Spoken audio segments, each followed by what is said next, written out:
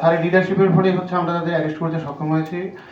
আমরা আসলে বিভিন্নভাবে আমরা 5 থেকে 6 জনের কাছে এইভাবে আমি এখানে জয়েন করেছি অ্যাবাউট 5 মান্থ। এই 5 মাসের মধ্যে আমি 4 থেকে 5টা এই ধরনের নিউজ পেয়েছি। কিছুদিন পর এই ধরনের নিউজ আসে, অনেকে মামলা করতে চায় না বিভিন্ন ইস্যুতে। তো যাই হোক, তারপরে যখন 2 জন মামলা করেছে, তারপর আমাদের স্যার গাইডলাইন করেছে, আমরা এই পর্যন্ত স্যার যেটা বললেন আমরা তদন্তকে গ্রেপ্তার করতে সক্ষম হয়েছি। ধন্যবাদ।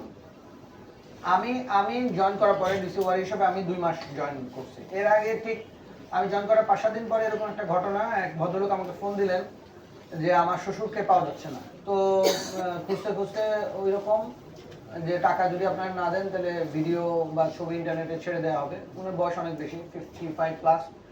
পরে তো দেখা গেল সেম, তো ওনারাও মামলা করতে রাজি না। বাট আমরা তো যেহেতু পাইছি, আমরা এখন তো ইয়ে করবো, মানে সামাজিক লোকলজ্জার ভয় অনেকে ইয়ে করতে চান না বিভিন্ন জায়গায়।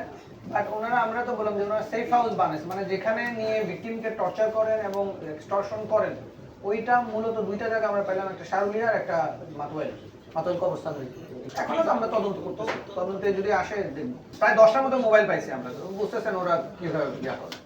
এবং ওদের কিন্তু বিকাশ ইয়াও আছে, আউটলেটও আছে, ওরাই ব্যবহার করে। ঠিক আছে, এই ধরনের চক্র ধরতে আপনাদের গোয়েন্দা নজরদারি চলমান রয়েছে কিনা এটা করে? হ্যাঁ অবশ্যই চলমান আছে। সবাইকে ধন্যবাদ। আশা করছি মোটামুটি কোশ্চেন এসে গেছে। তো ভালো থাকবেন সবাই।